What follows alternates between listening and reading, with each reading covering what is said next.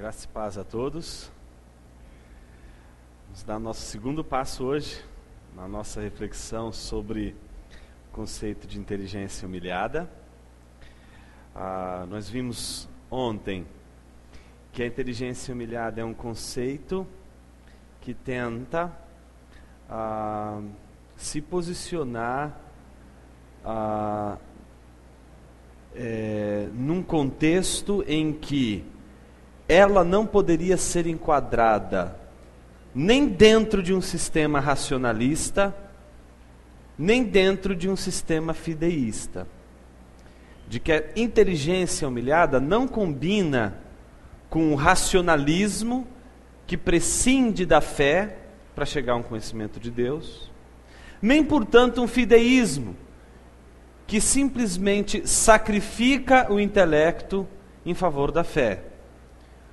No sentido de que eu não preciso entender, eu só preciso crer. Ou o outro que simplesmente entende que se trata do conhecimento de Deus, pouco importa a fé. A fé é uma questão de foro íntimo, testemunho interno do Espírito. Seria uma questão de foro íntimo, então não deve ser jogado dentro das questões relacionadas ao conhecimento de Deus, que portanto seria por um viés racional, cognitivo, ou da ordem do conhecimento. Isso foi o que a gente trabalhou ontem logo de início. Um segundo momento foi mostrar que a inteligência humilhada, esse conhecimento, essa inteligência humilhada que opera com a ideia de que o conhecimento de Deus não vai prescindir nem da razão nem da fé, mas vai ter tanto fé como razão e vai considerar a fé e a razão de um outro prisma, não vai superestimar nenhuma das duas e nem subestimar nenhuma das duas, ela não é algo que a gente poderia dizer que surgiu da minha cabeça ou num belo dia eu pensei, vou falar isso lá em Fortaleza e ponto. Não, tentei mostrar que esse jeito de pensar, esse conceito, que pode não ter esse nome, não é? Na história do pensamento cristão, mas isso não significa que a gente não encontre ele na tradição cristã. Daí todo o meu esforço de começar mostrando que o conceito de inteligência humilhada é um conceito que tem lastro na história do pensamento cristão. E parti exatamente de Agostinho, o texto das Confissões, que é esse texto que você tem em mãos aí, como sendo esse ponto de partida na história do pensamento cristão, para mostrar que esta ideia, esta possibilidade de pensar a inteligência e o uso da inteligência para o conhecimento de Deus, sem o mecanismo fideísta ou sem reduzi-lo a uma postura fideísta ou a uma postura racionalista, tem fundamento na história do pensamento cristão. Não é, portanto, uma invenção de alguém que num belo dia acordou e disse: existe uma terceira via entre racionalismo e fideísmo. Não é bem isso. Então eu tentei mostrar que esse conceito, na verdade, é uma ênfase que eu estou dando em um determinado jeito de pensar que a gente pode identificar na tradição cristã entre os seus melhores pensadores, os mais importantes pensadores. Eu queria dar mais um passo hoje, ainda pensando nessa questão do lastro ou do DNA histórico do conceito de inteligência humilhada, afunilando, dando uma perspectiva mais precisa desse conceito. Quando a gente fala, por exemplo, num jeito de pensar que prioriza no conhecimento, não o sujeito que conhece, não é? Que seria o homem, mas Deus, que seria nesse contexto o objeto. E aí a gente, ao formular isso, a gente viu ontem, inverte todos os papéis, ele aí se torna o sujeito e a gente objeto. Quando acontece isso, quando a gente tem essa experiência, a gente lida também com uma outra dicotomia, ou um outro contraste de formas de pensar, que alguns de vocês devem conhecer, que é o monergismo de um lado e o sinergismo do outro. Quando a gente fala geralmente em monergismo e sinergismo, a gente comete um errinho aí, às vezes, capital na nossa cosmovisão cristã, na fundamentação da nossa cosmovisão cristã, nossa visão de mundo cristã. Quer entender que monergismo diz respeito apenas a ordo salutis, a ordem da salvação, ou então a questões soteriológicas, a doutrina da salvação. E esse é um grande erro, porque o monergismo ou o sinergismo não determina apenas a soteriologia, determina toda uma forma de pensar, determina, portanto, também teorias do conhecimento. Dependendo da tua forma de pensar, se é monergista ou sinergista, estas formas de pensar vão determinar, não é só a doutrina da salvação, como você entende a doutrina da salvação, mas como você entende como se conhece a Deus, por exemplo. Então, para exemplificar isso de uma maneira mais simples possível, não é? Eu preciso que isso fique bem claro, para a gente poder dar os próximos passos. Uma pessoa pode entender a salvação de dois modos. Eu estou sendo bem simplista, tá? Sem marcar e demarcar aqui todas as tonalidades que essas divergências, essas duas posições, essas duas classes abrigam.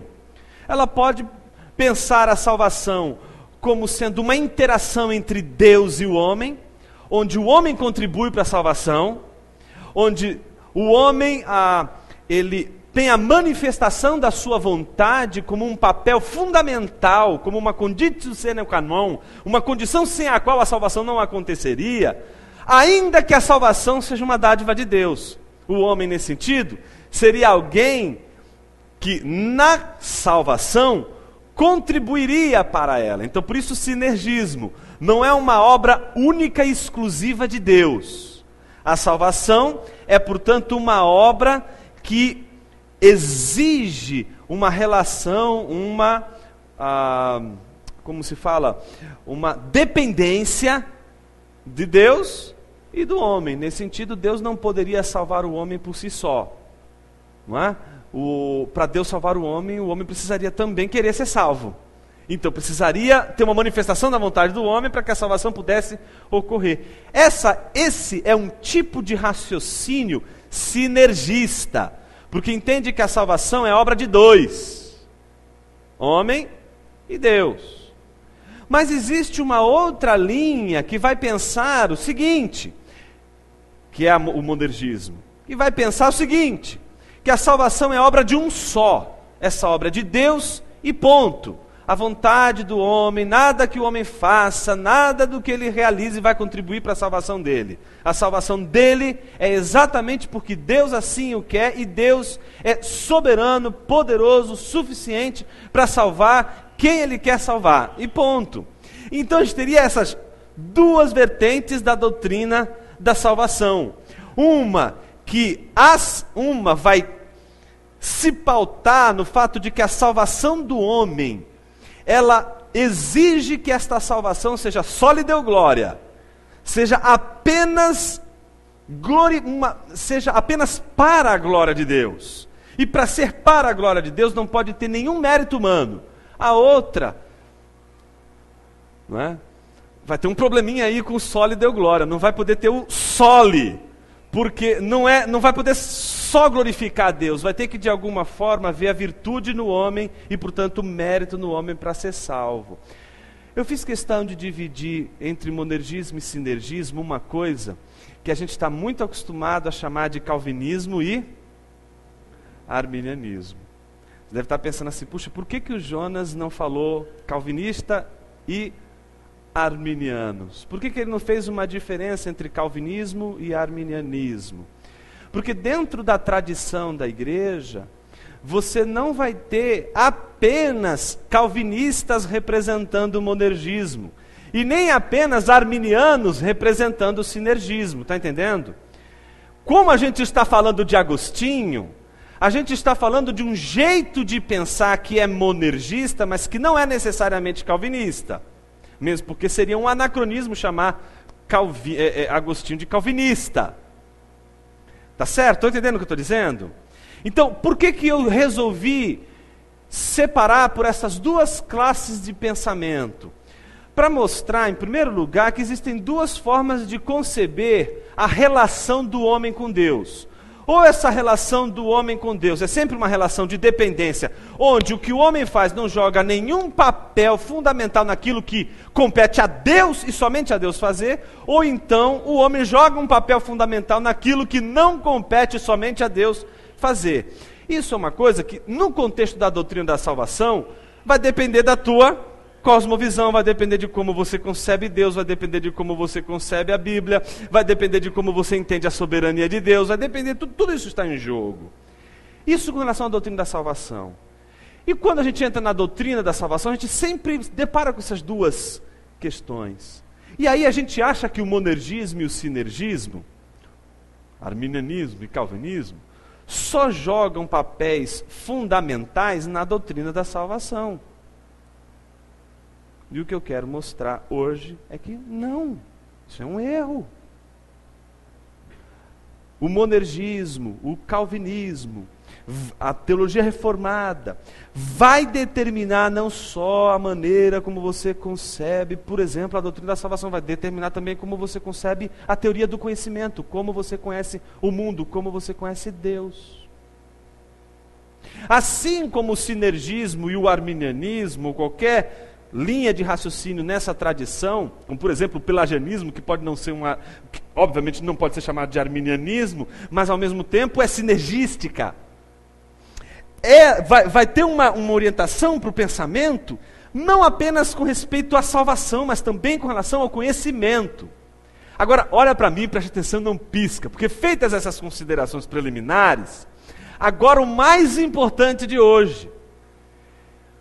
A inteligência humilhada, ela opera em que grupo de pensamento? Monergismo ou sinergismo? Ela vai operar fundamentalmente, essencialmente, numa perspectiva monergista. Aí a pergunta que você vai fazer é a seguinte: o que isso significa? Significa, filhinho, filhinha de Deus, que nenhum de nós poderemos conhecer Deus por nós mesmos. Ponto. Se há um conhecimento de Deus em nós, o ponto de partida de suficiência, necessidade e completude está tão somente e unicamente em Deus. Se você, portanto, conhece Deus, é porque Deus o revelou, e você só vai poder dizer que conhece a Deus porque Deus te revelou e ponto. Não há absolutamente nada em você que seja um motor, ainda que você use a razão, ainda que você use a lógica. Deus não se faria cognoscível ou conhecível por você se não fosse por Ele mesmo e anteriormente por Ele e somente por Ele. Então existem duas maneiras de você entender o conhecimento de Deus. Uma vai dizer que o conhecimento que você tem de Deus corresponde a uma interação. Deus se revela, mas se você não pensar, você não vai conhecê-lo. Então existe uma dinâmica de interação, de sinergismo entre Deus e o homem para o conhecimento. A inteligência humilhada não vai aceitar essa possibilidade. A gente vai ver, obviamente, por que não. Mas primeiro eu estou tentando mostrar qual é a tese. A tese da inteligência humilhada é de que todo conhecimento de Deus, todo conhecimento que temos de Deus, não depende de nós, depende de Deus. E é por isso que essa inteligência é humilhada. Ela é humilhada porque ela olha para si mesma e diz: eu não posso conhecer Deus. Minha razão não pode conhecer Deus se Ele não se revelar. Qualquer conhecimento de Deus que eu tenha, eu só o tenho porque Ele se revelou. Então, para a inteligência humilhada, quem defende ou quem vai para uma linha de hermenêutica do conhecimento de Deus de uma perspectiva de inteligência humilhada, vai entender que até mesmo a revelação de Deus na natureza não depende exclusivamente da racionalidade humana. Depende do fato de que Deus quis e desejou deixar a sua presença visível no mundo através dos vestígios da criação. E isso também só é possível, não porque a gente chega, olha para a natureza e daí infere que um Deus existe, portanto, se esse Deus existe, eu estou lendo na Bíblia, então esse Deus é cristão. Não.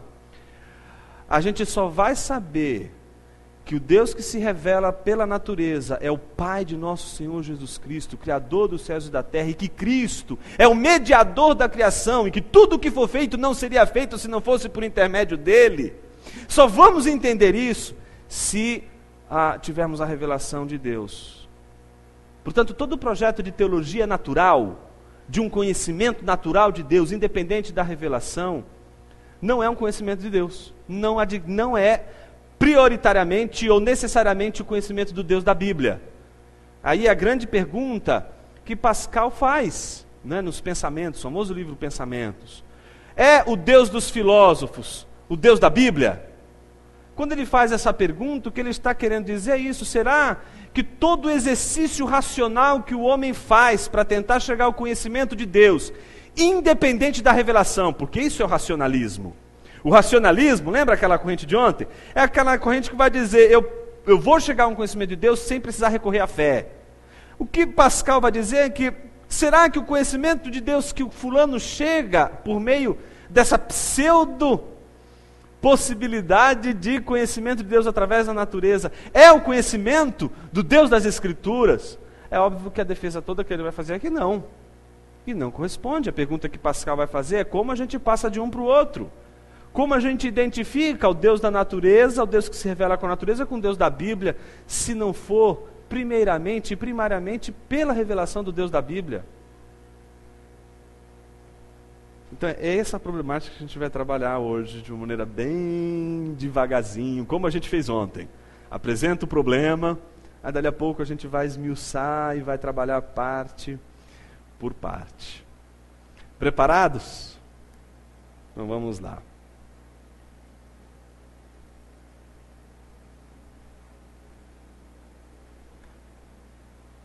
Deixa eu fazer o seguinte, vai ser melhor.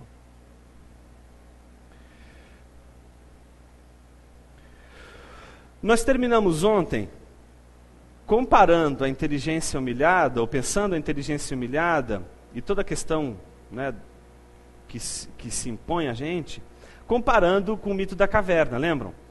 E a gente mostrou que existe uma grande semelhança entre o platonismo e o cristianismo.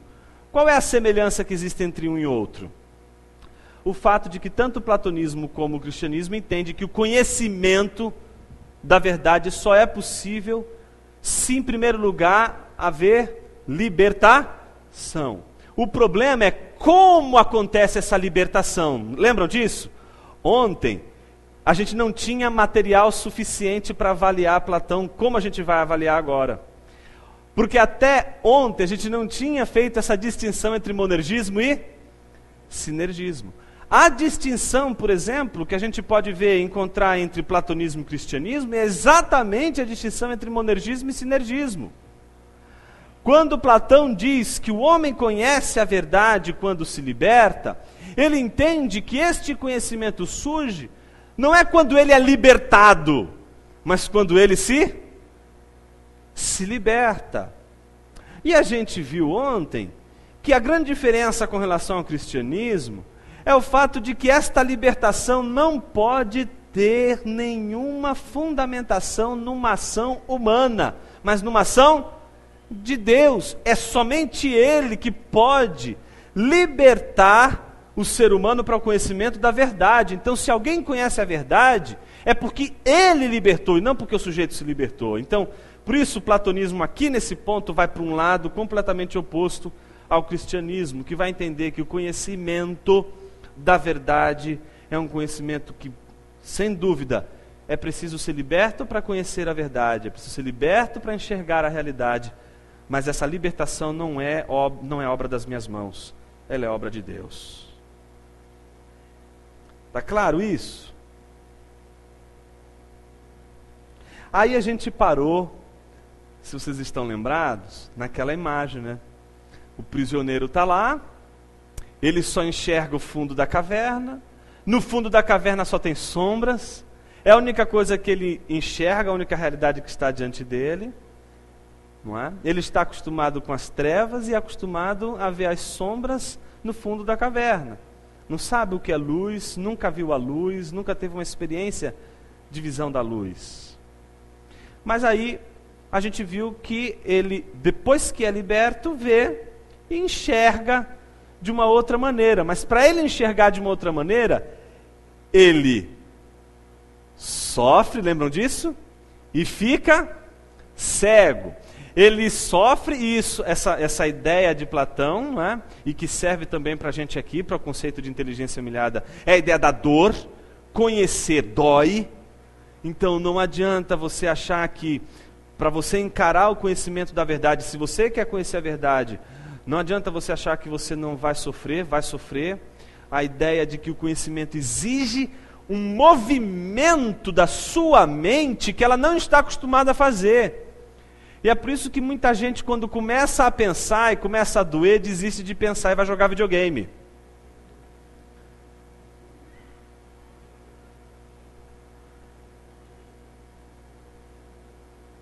Para pensar, tem que resistir à dor. Tem que insistir no movimento. Ai, tá doendo, tá doendo. Ah, então tá bom, volta para lá. Então é mais fácil para algumas pessoas voltar para o fundo da caverna, né? Aí fica lá no fundinho da caverna. Por quê? Vai exigir esse movimento difícil, que é o movimento da dor, de que o conhecimento vai exigir uma espécie de jeito de pensar que ele não está acostumado.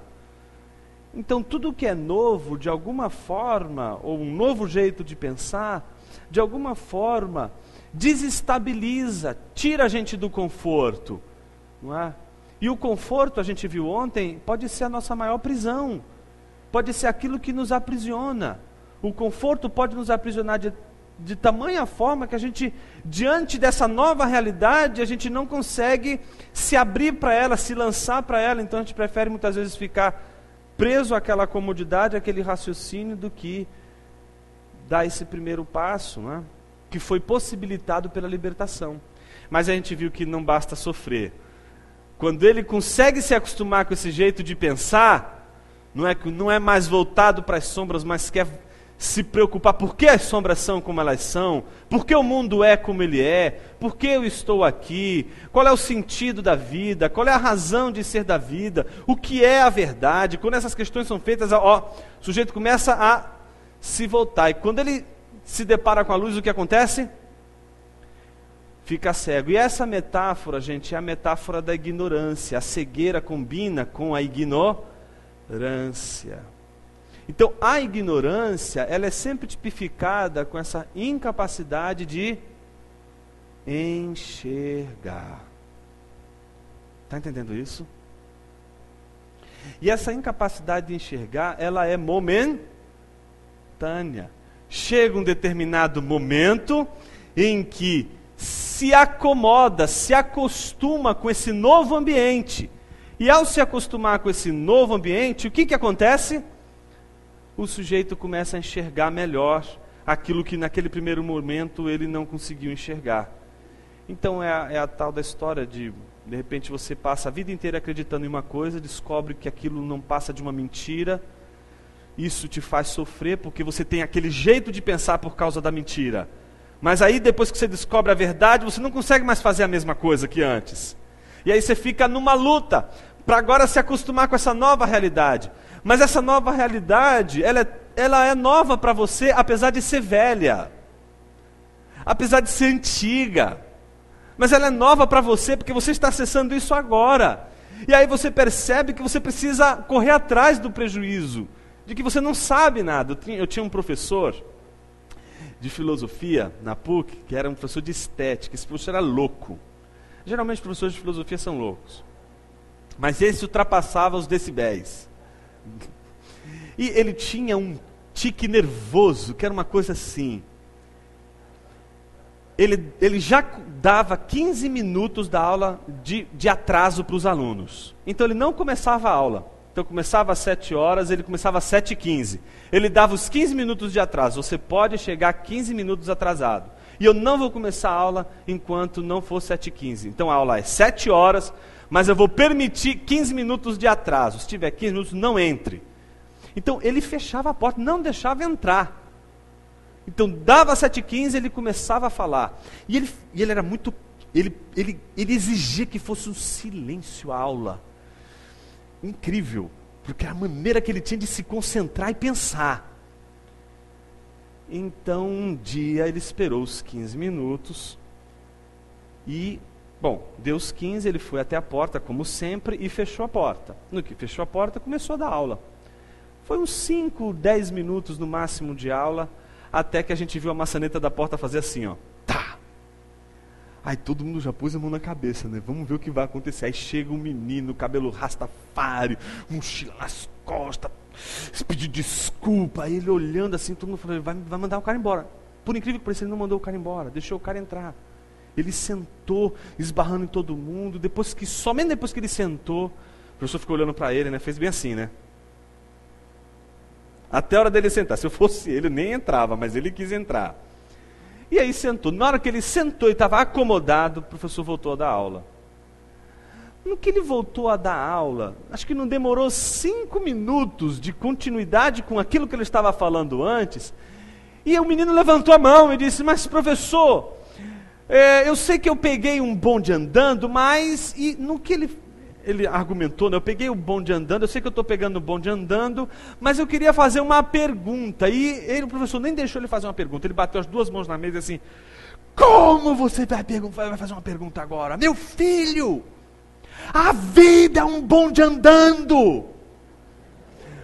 E aí quando ele começou, todo mundo já ficou assim, né? A vida é um bonde andando. Você acha mesmo que o mundo, a história do mundo, começou exatamente agora, quando você entrou para aquela porta e se sentou aí? Meu filho, olha, anos e anos se passaram de história antes de você chegar e sentar-se aí, para você chegar e dizer que, eu tenho uma pergunta para fazer, apesar de pegar um bonde andando. Meu filho, a vida é um bonde andando, a vida não começou com você. Antes de você existe uma grande história que aconteceu. Antes de fazer uma pergunta, se intere sobre essa história. Tente primeiro descobrir o que você perdeu, porque a aula começou foi antes. Às vezes eu tenho a impressão de que tem cristãos assim, como esse Rastafari. Eles acham que a história da igreja começa quando eles se convertem. Então eles acham que podem ler a Bíblia na hora em que se converte. Por isso que essas aberrações aí. Esses dias eu vi um sujeito que estava demitindo o anjo, porque bateu o carro. Essas aberrações acontecem exatamente porque o sujeito acha que a vida realmente... Estou pegando o bonde andando, mas enfim, acha que a vida começa com ele. A história da igreja começa com ele. A história da doutrina começa com ele. Gente, vamos parar com isso. Quando a gente tem uma experiência de ser convertido, não é? E de não se converter, mas ser convertido, quando você tem essa experiência, que é a experiência dele nos converter, de ele nos colocar... Engraçado, eu me lembrei agora o Charles Spurgeon, ele sempre pedia, sempre olhava os relatórios e a descrição que as pessoas davam de seu testemunho pessoal. E tinha uma das questões que era assim, como você encontrou Jesus? Aí, isso foi tema de uma das mensagens, de um dos sermões dele. Porque o sujeito respondeu assim, não foi eu que encontrei Jesus, foi Jesus que me encontrou.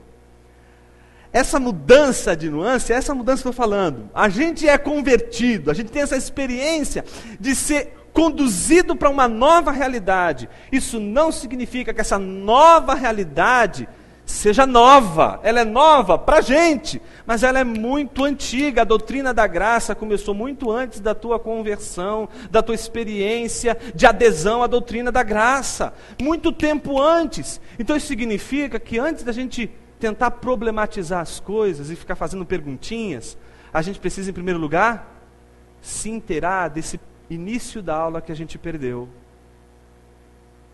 Está entendendo o que estou dizendo? De que a gente deveria, em primeiro lugar, em vez de falar, ouvir. Reconhecer que aquilo que a gente precisa ouvir é mais importante do que aquilo que a gente quer falar agora. E esse exercício é um exercício de humildade, é um exercício de humilhação, é o exercício de alguém que descobre que aquilo que ele precisa aprender já existe muito tempo antes dele nascer. E ele precisa se humilhar diante desse conhecimento. E precisa recorrer a ele. Até mesmo para saber perguntar. Porque se estudar, talvez nem precise mais fazer a pergunta. A própria leitura já resolve o problema das perguntas iniciais. E aí se sobra espaço para as perguntas que de fato precisam ser feitas. Está entendendo o que eu estou dizendo? Eu estou chamando a atenção para o fato de que existe essa mudança. E essa mudança vai colocar você num contexto de ignorância. Esse contexto de ignorância vai fazer você dependente de informações que você não pode chegar sem, em primeiro lugar, ter sido liberto, sem ser conduzido. Não é você que conduz, não é você que constrói o pensamento. Não existe construção de conhecimento, existe apreensão de conhecimento. Existe algo que está aí e que você precisa, em primeiro lugar, aprender. Você não constrói, não existe essa ideia de fazer algo novo, não existe nada novo debaixo do sol. As coisas estão dadas aí e a gente é que precisa se inteirar delas. Daí, quando a gente entende isso, a gente sabe qual é a função da revelação de Deus através da natureza, por exemplo. Quando eu dou teologia sistemática no seminário, eu sempre uso para falar da revelação natural o exemplo do diário oficial. Não é? Quando você tem uma lei, uma nova lei, essa lei, ela passa por um processo até ela ser efetivada, vamos dizer assim. Ela, em primeiro lugar, tem a lei, se publica essa lei no diário oficial, certo? Ela fica valendo no dia que ela é publicada? Não, ela tem um período que os juristas chamam de vacatio legis, que é o período de vacância da lei, período em que a lei tira férias. Ou seja, o que significa período que a lei tira férias? Durante 30 dias aquela lei vai estar lá, ela é verdadeira, ela é a lei, mas se você cometer o delito que ela prescreve, ou que ela aponta, ou que ela indica, você não vai ser punido, porque ela ainda está de férias. Então suponhamos que você cometa o delito que justamente a lei está agora proibindo.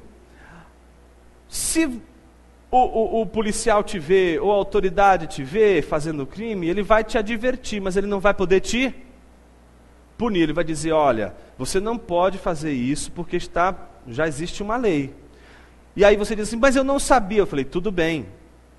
A lei, o nosso princípio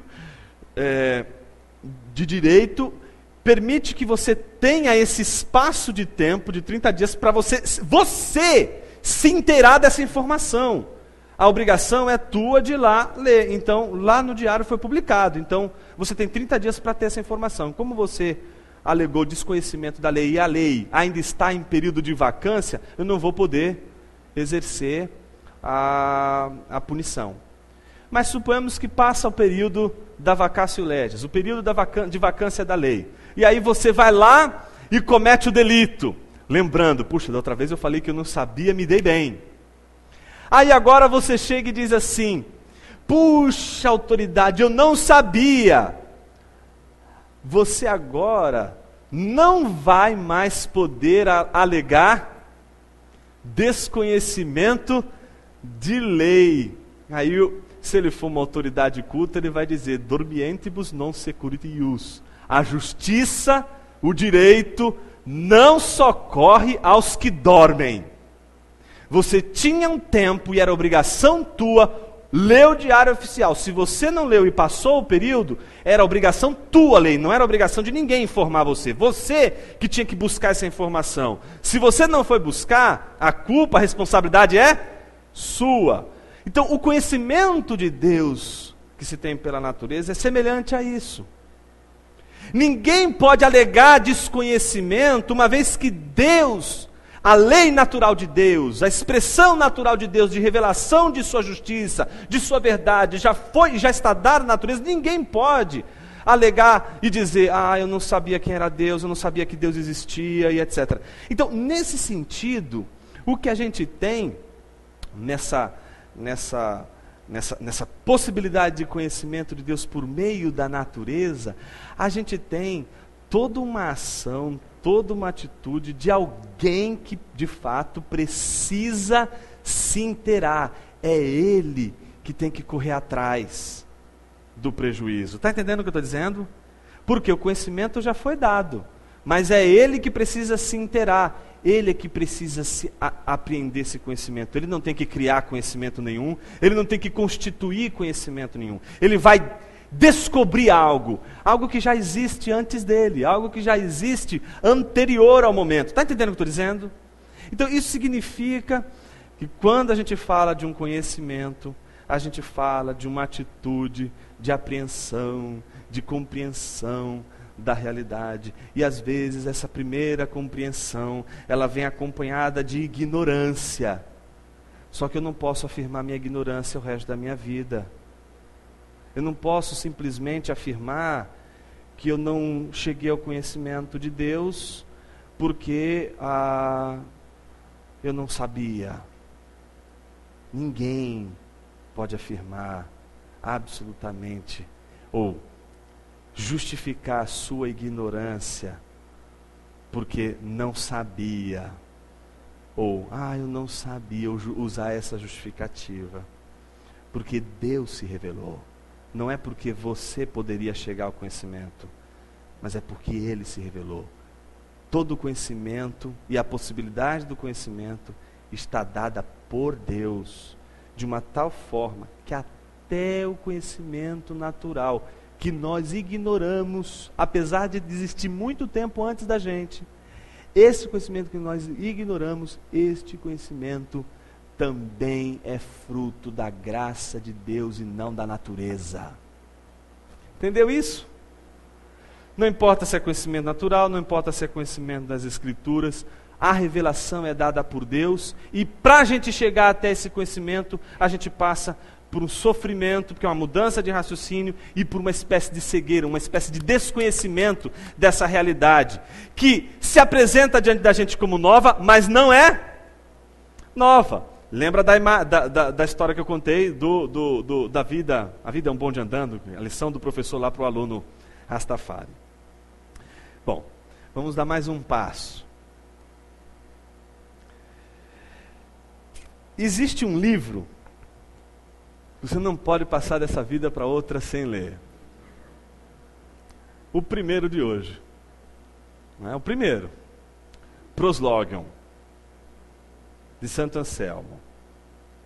Ele vai ser a nossa segunda referência, a gente ainda vai ficar em Agostinho, mas ele vai ser a nossa segunda referência para mostrar que esse conceito de inteligência humilhada já está aí faz tempo na história.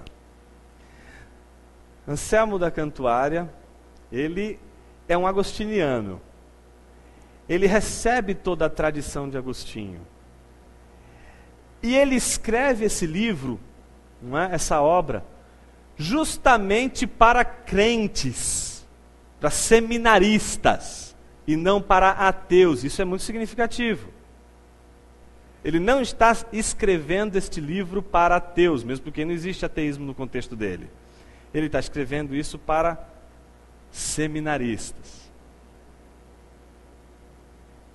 que com a boca dizem que Deus existe, mas o coração não consegue crer. fazem as suas orações, fazem as suas confissões de fé na existência de Deus, mas o coração não consegue crer que Deus existe. Obviamente ele vai partir daquele salmo que diz, né? Diz o louco, em seu coração não há Deus. E ele vai chamar a atenção para o fato de que o louco não diz com a boca. Ninguém sabe que ele não crê em Deus, porque ele diz que não crê em Deus, não com a boca, mas é com o coração. E aí ele vai trabalhar esse livro com seminaristas, porque os seminaristas precisam de uma convicção interna de Deus. É aqui dentro, no coração, que precisa ser travada o primeiro passo para o conhecimento de Deus. E esta primeira pedra, ela tem que ser colocada de uma forma tal que o coração tenha certeza e garantia de que Deus existe, para que aquilo que o teólogo seminarista diz que é creio em Deus, não seja apenas a afirmação, o testemunho público de sua voz, mas seja também um testemunho de seu coração. E a gente viu ontem que Agostinho, ele inaugura um jeito de fazer teologia na cristandade, que é o jeito de fazer teologia coram Deo. O que é coram Deo? Diante de Deus. Fazer teologia diante de Deus. E onde é que a gente faz teologia diante de Deus? Dentro e fora. Dentro a gente faz com o nosso coração, com o testemunho de nosso coração, com a confissão de nosso coração, e fora, com o testemunho público através de nossos escritos, pregações, aulas e etc. Então, ele também está nessa tradição, tanto é que quando você lê o Proslogion, que é um tratado que ele vai desenvolver sobre a questão da existência de Deus e vai oferecer um argumento plausível para a existência de Deus, ele não vai escrever este argumento para os seus leitores, vai seguir o mesmíssimo padrão de Agostinho, vai se dirigir o tempo todo a Deus, ele está fazendo teologia diante de Deus, ele está escrevendo para Deus aquilo que os seus seminaristas, aqueles que estão debaixo de sua mentoria, precisam ouvir. E isso tem que corresponder, o que é dito tem que corresponder com o que está no coração. Eu vou ler algumas partes, depois eu vou apresentar no slide, algumas partes curiosas da abertura desse tratado, só para você ouvir e ter a noção do jeitão de Anselmo, que é muito semelhante a Agostinho e que é esse jeito humilhado de pensar. Tá? E agora, miserável homem, deixa por um pouco as tuas preocupações, retira-te um pouco dos teus pensamentos tumultuosos, abandona agora as tuas pesadas preocupações e ultrapassa as tuas trabalhosas inquietações. Diz agora, meu coração, todo o meu coração diz a Deus, procuro o teu rosto, Senhor, redobradamente o procuro. Mas como terei acesso à tua luz inacessível? Quem me conduzirá nela, a fim de nela contemplar-te? Nunca te vi, não conheço tua face. Senhor meu Deus, que há de fazer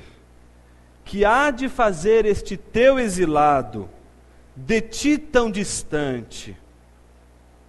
Anseia ver-te e a tua face está-lhe demasiado afastada. ambiciona encontrar-te, mas não sabe onde estás. Aspira a procurar-te e ignora o teu rosto. Senhor, és o meu Deus, és o meu Senhor, e eu nunca te contemplei. Miserável sorte a do homem, quando perdeu aquilo para o qual foi feito, conhecer-te. Então, para que o homem foi feito? Para conhecer a Deus. E quando ele vai ser feliz?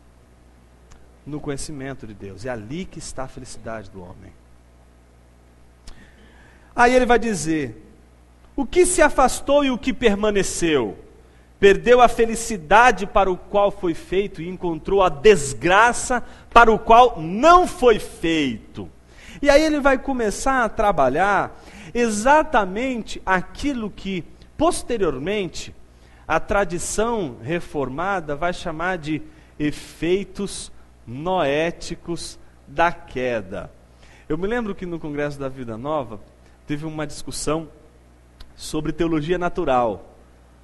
E estava lá, acho que era o Guilherme, o Davi, o Dr. Davi, o William Lane Craig, eu acho que eles três. E a gente estava discutindo sobre a questão, justamente essa questão da teologia natural. E lá pelas tantas, o Dr. Davi citou o tal do efeito noético da queda. E a gente começou a discutir sobre os efeitos noéticos da queda. Eu me lembro de um rapaz que depois, no refeitório, comendo, ele sentou do meu lado e disse assim: pastor, preciso falar contigo.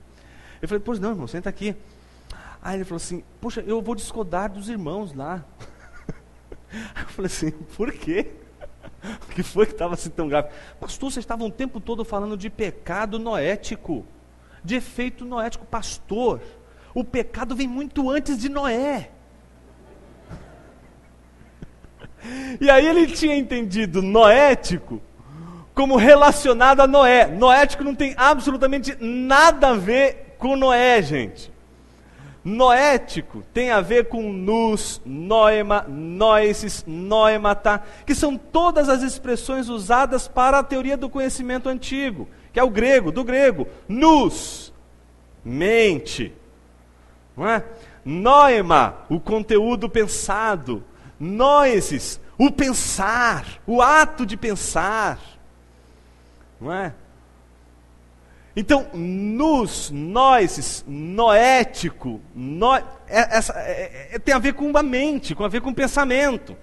Então, quando você fala dos efeitos noéticos da queda, você está falando que a queda, o pecado, não apenas influenciou a natureza e a moral e a ética, mas também o nosso jeito de pensar. Então, a nossa razão, por mais que seja uma das expressões mais fortes e significativas da imago Dei, da imagem de Deus, ainda assim ela não está intacta, ela foi atingida pelo pecado, e porque a nossa mente foi atingida pelo pecado, a gente não pode, através de nossa mente, chegar ao conhecimento de Deus, e um conhecimento verdadeiro de Deus, de tal forma que por causa do pecado, eu não vou conseguir conhecer a Deus, se em primeiro lugar não for liberto do pecado. Então a libertação disto que me impede de conhecer a Deus é fundamental, justamente para aqueles que entendem que o pecado também trouxe a limitação para o nosso pensamento, de que o pecado também joga um papel fundamental e desse ponto negativo no processo de conhecimento, não só do mundo à nossa volta, mas principalmente em relação a Deus. Isso significa que todo o conhecimento que a gente tem de Deus, por causa dos efeitos noéticos da queda, eles podem ser distorcidos. E qual é a maior expressão de uma distorção do conhecimento de Deus? Quando aqueles que, ao enxergarem a natureza, deveriam chegar ao conhecimento de Deus, não glorificam a Deus, mas glorificam as coisas criadas e adoram as coisas criadas, a forma das coisas criadas. Me disse a idolatria. A idolatria, que é uma coisa que Calvino vai trabalhar no primeiro volume das Institutas, logo nas primeiras páginas, é a maior expressão do efeito noético da queda, que é essa nossa incapacidade de conhecer a Deus pelas formas simples e claras de Deus se revelar. Daí, quando a gente vai estudar a teologia sistemática, a gente estudar aquela parte da doutrina de Deus, que é a parte referente à perspicuidade ou clareza da revelação de Deus. De que a gente não pode dizer que a revelação de Deus é obscura, é clara, é precisa. Deus não se manifestou de forma obscura, Deus não se revelou de forma que oferecesse obstáculos para a gente conhecer, como se Deus dissesse assim: olha, eu vou te revelar, mas primeiro eu vou colocar um monte de obstáculos para você chegar ao conhecimento. Não! Deus se revelou de maneira clara. Aí vem a pergunta: por que eu não consigo então enxergar? Efeito noético da queda. O pecado nos impede de enxergar com clareza a clareza da revelação de Deus, tanto na natureza como nas Escrituras. Anselmo, como Agostinho, vão partilhar desse pensamento, porque eles vão entender que nesse sentido o pecado toca o homem em todas as instâncias. Ele é totalmente depravado. Não há um centímetro de sua existência que não seja tocado pelo pecado, que não seja manchado pelo pecado, e que o pecado não gere efeitos. Gente, nossa ignorância de Deus, ela também é resultado do pecado. Não é resultado de uma limitação, porque você é homem e Deus é Deus. Ela é resultado principalmente do pecado, que nos impede de realizar aquilo para o qual fomos feitos, que é contemplá-lo, que é conhecê-lo. Bom, aí ele vai terminar todo o texto dizendo de maneira muito interessante. Ele vai dizer assim: suplico-te, Senhor, faminto comecei a procurar-te, peço-te, Senhor, que não me afaste de ti, sem antes me saciar. Aproximei-me faminto, não me afaste sem alimento. Como pobre, aproximei-me daquele que é rico, e como miserável, aproximei-me daquele que é misericordioso, que não regresse vazio e desprezado. E se suspiro antes de comer, concede que coma após os suspiros. Senhor, humilhado tal como estou, só posso olhar para baixo. Levanta-me, a fim de poder olhar para o alto. Viu aí a inteligência humilhada? A inteligência humilhada é essa maneira, esse jeito que está ali no discurso, que opera o nosso discurso. Olha para mim, presta atenção, não pisca. Presta atenção no que eu vou te dizer. É fácil odiar a teologia da prosperidade. É fácil. Basta você lançar um monte de discurso dizendo: odeio a teologia da prosperidade. Difícil é arrancar ela do coração. E quando a gente não arranca ela do coração, a gente odeia com a boca, mas os nossos atos correspondem com a bendita da teologia da prosperidade. O que eu estou tentando mostrar agora com este exemplo, de que essa maneira de pensar, que eu estou chamando de inteligência humilhada, não pode ser vivenciada por você apenas pela compreensão do sentido, do que é a inteligência humilhada. Você precisa encarnar isso.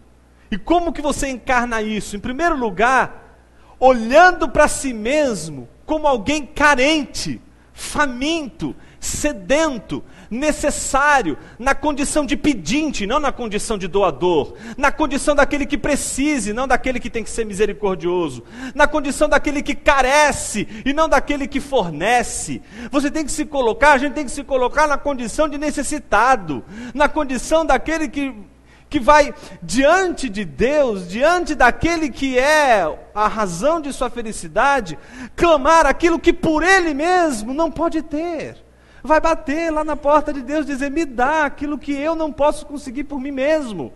Então, para conhecer a Deus, tem que ser humilde. E a humildade que leva a gente ao conhecimento de Deus, ela só pode ser uma realidade em nossa vida se, em primeiro lugar, a gente for humilhado pela inteligência e sabedoria divina. Então, o que eu estou dizendo para você é que você tem um grande trunfo em sua mão. Exatamente essa fome, essa necessidade de conhecer Deus, de saber sobre Deus, de não achar que o conhecimento de Deus é algo que você já domina. Agora eu vou estudar teologia sistemática, agora eu vou estudar a história da igreja, o conhecimento de Deus está resolvido. Agora eu vou estudar Barth, agora eu vou estudar Calvino, agora eu vou estudar... E aí vai escolhendo os autores.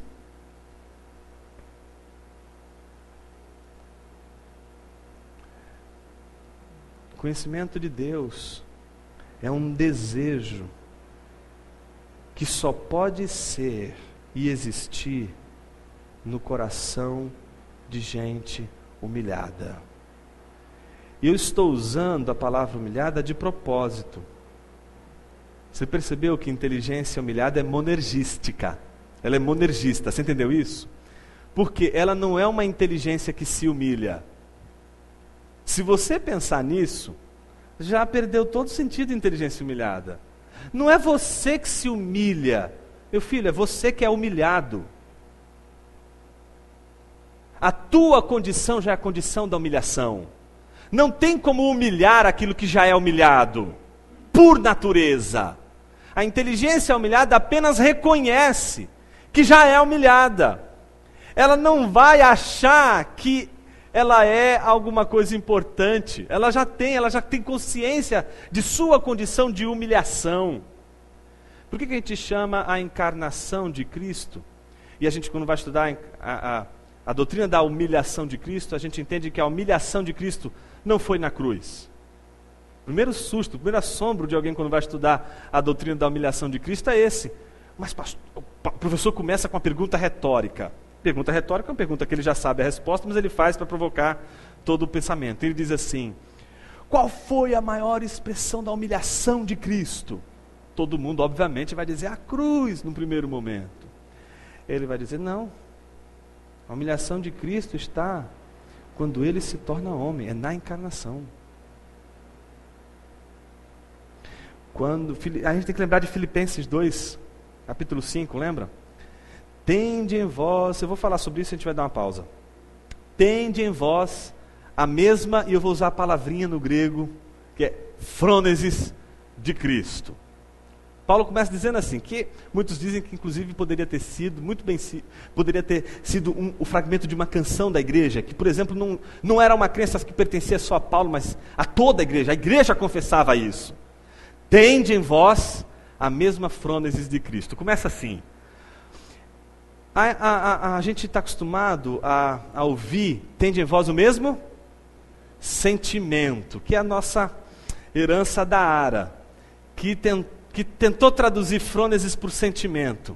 E é muito complicado traduzir frônesis por sentimento, porque seria mais ou menos assim, se você parar para pensar, essa tradução seria assim, olha, tende em vós o mesmo sentimento, então basta eu ter um sentimento que está pronto, resolvido. Eu não preciso agir, eu não preciso fazer, eu não preciso realizar, basta eu ter um sentimento e ponto. A NVI, obviamente a nossa NVI, não a NIV, não é? A nossa NVI, percebeu o problema e melhorou um pouquinho. Em vez de traduzir por sentimento, traduziu por atitude. E aí ficou, tende em vós a mesma atitude que houve em Cristo Jesus. Melhorou, mas ainda assim não significa, não consegue explicar o que é frônesis. Frônesis é uma palavra que não tem um correspondente em português.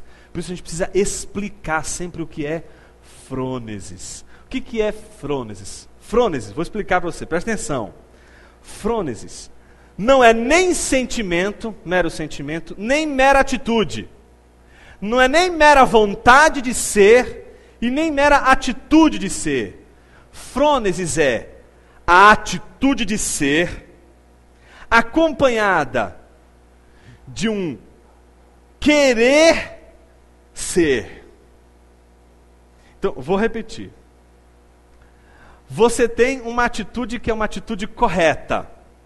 Você sabe que este é um bem, e este bem precisa ser realizado. Mas ele não pode ser meramente realizado. Para ser frônesis, eu preciso, em primeiro lugar, saber, ter consciência de que este ato bondoso, ele é bondoso, então eu conheço ele, sei que ele é bom, mas não somente sei que ele é bom, eu quero realizar esse ato porque ele é bom, e não só quero realizar esse ato, como realizo esse ato que eu quero e tenho consciência de que ele é bom. Portanto, frônesis é o contrário da expressão do homem miserável, que quer fazer o bem, mas o bem que ele quer fazer não faz, a atitude não corresponde com a vontade, não corresponde também com o conhecimento do que é o bem. Então, quando Paulo diz assim, tende vós a mesma frônesis de Cristo, ele está dizendo para a igreja o seguinte, que vocês precisam ter a mesma atitude de Jesus, mas essa atitude não pode ser tomada sem ter consciência de que ela é correta, ela é justa, e sem querer realizá-la. Portanto, é o ápice de todo o agir bem. É o agir bem por alguém que deseja fazer o bem e tem consciência de que isso é o bem. A gente só faz isso pela graça de Deus, meus irmãos. A gente só faz isso quando a graça de Deus repousa em nós. E aí, depois de dizer isso, ele diz assim, tende vós a mesma frônesis de Cristo. Aí vem a pergunta, qual é a frônesis de Cristo? Aí todo mundo fala, é esvaziar de mim mesmo. Aí tem gente que canta na igreja, né? Dá até vergonha alheia. Eu quero me esvaziar, Senhor. Meu filho, vai fazer exegese direito do texto. O esvaziamento não cabe para homem nenhum, gente. Esvaziamento é só para quem é Deus. Essa atitude não é atitude de homem. Essa atitude só de quem é exaltado, glorificado, acima de tudo e de todos. Só esse, que é glorificado acima de tudo e de todos, pode esvaziar-se de ser Deus, da forma de ser Deus, e assumir a forma de homem. E isso, teologicamente, é o que a gente chama de humilhação. Humilhação é o esvaziamento daquele que é Senhor, que é Deus, para se tornar homem e servo. Pensa assim comigo, Deus, tá bom? Deus, homem, Senhor, servo. Percebeu essa relação? Então, Senhor está aqui, servo está aqui. Deus está aqui, homem está aqui. Deus, por natureza, é Senhor. Você e eu podemos ser Senhor? A gente até quer, porque esse é o nosso pecado.